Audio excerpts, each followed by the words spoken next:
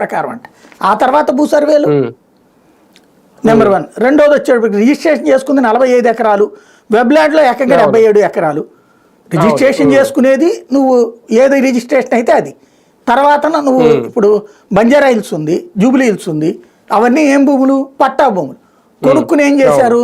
Convert చేసుకున్నారు, అంతే కదా. ఇప్పుడు అందుకని వెబ్లాండ్లోకి వచ్చి 77 ఎకరాలు వస్తుంది ఆటోమేటిక్. వీళ్ళే చెప్పారు కదా పట్టా భూములని. పట్టా భూములు కొనుక్కుని కన్వర్షన్స్ ఎన్ని జరగలేదు. అదే లేకపోతే అసలు హైదరాబాద్ ఎక్కడ ఉంది? హైదరాబాద్ అంతా అయ్యే కదా, బంజారా హిల్స్ బంజారాలే కదా, జూబిలీ హిల్స్ ఎవరిది? అవన్నీ గిరిజనులు అయ్యే కదా, మరి అక్కడ వచ్చినాయి కదా.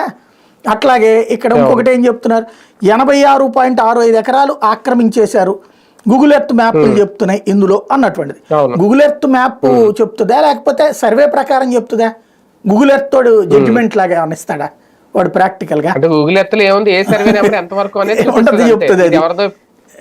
ఇంకోటి ఇందులోనే ఏం చెప్తున్నారు, ఆధారం ఏడని 2022 ఆగస్టు 18 జారీ చేసిన గెజెట్ 1195 పరిశీలిస్తే మంగళంపేట కొత్తపేట సమీపంలోని గంగమ్మ గుడి నుంచి ఎలుకతూనిపెంట ఎస్టీ కాలనీ వరకు 5 కిలోమీటర్ల మేర శాశ్వత రహదారి నిర్మించాలంటూ రాజకీయ పలుకుబడిని ఉపయోగించి నన్నువారిపల్లె పంచాయతీలో తీర్మానం చేయించారు. దాన్ని అడ్డం పెట్టుకుని ప్రభుత్వ నిధులతో ప్రైవేట్ భూమిలో తార్ రోడ్డు నిర్మించారు. ఇది మరి ఓ పక్క నువ్వే